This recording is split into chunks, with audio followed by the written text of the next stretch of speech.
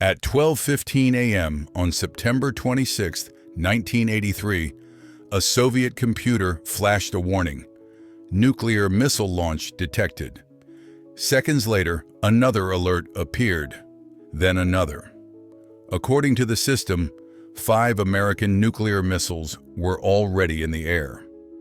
Protocol demanded immediate reporting. Retaliation could follow within minutes.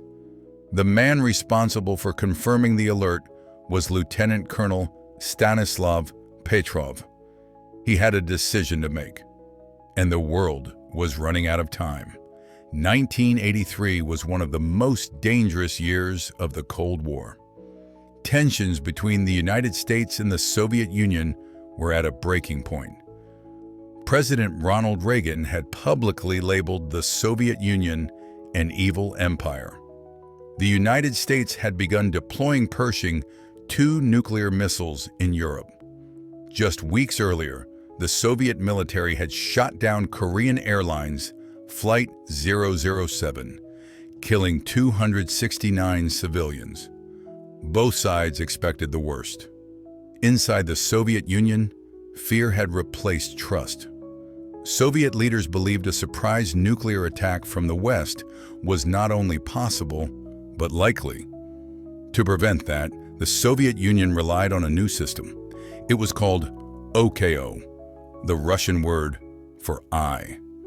OKO was a satellite-based early warning system designed to detect American nuclear missile launches. Using infrared sensors in space, it searched for the heat signatures of intercontinental ballistic missiles lifting off from U.S. territory. If OKO detected a launch, Soviet leaders would have only 15 to 30 minutes to decide how to respond. On the night of September 26, 1983, that system activated. Shortly after midnight, alarms began blaring inside a secret Soviet command center. The OKO system reported that a nuclear missile had been launched from the United States. Then another, then 3 more. According to the computer, 5 American intercontinental ballistic missiles were on their way. Protocol was clear. The warning was to be reported immediately to senior commanders, who could authorize a nuclear retaliation.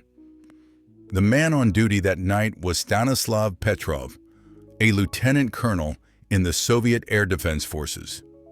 Petrov had minutes to decide the fate of the world. The computer insisted the attack was real. But Petrov hesitated. He noticed something that didn't make sense. A real nuclear first strike, he reasoned, would not involve just 5 missiles. It would be massive, designed to destroy Soviet defenses in one overwhelming blow. Even more troubling, Soviet ground radar systems showed nothing. No missiles, no confirmations, just silence. Petrov trusted his judgment over the machine. He reported the alert as a false alarm. Minutes passed, then more minutes. No explosions followed. The OKO system had been wrong. Later investigation revealed the cause. Sunlight reflecting off high-altitude clouds had fooled the satellite's infrared sensors into detecting phantom missile launches, a technical error at the worst possible moment. The world never knew how close it had come. Petrov was questioned intensely by his superiors.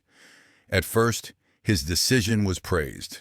His actions were noted as correct, but there would be no medal, no public recognition. The incident embarrassed Soviet military leadership and the scientists responsible for the flawed system.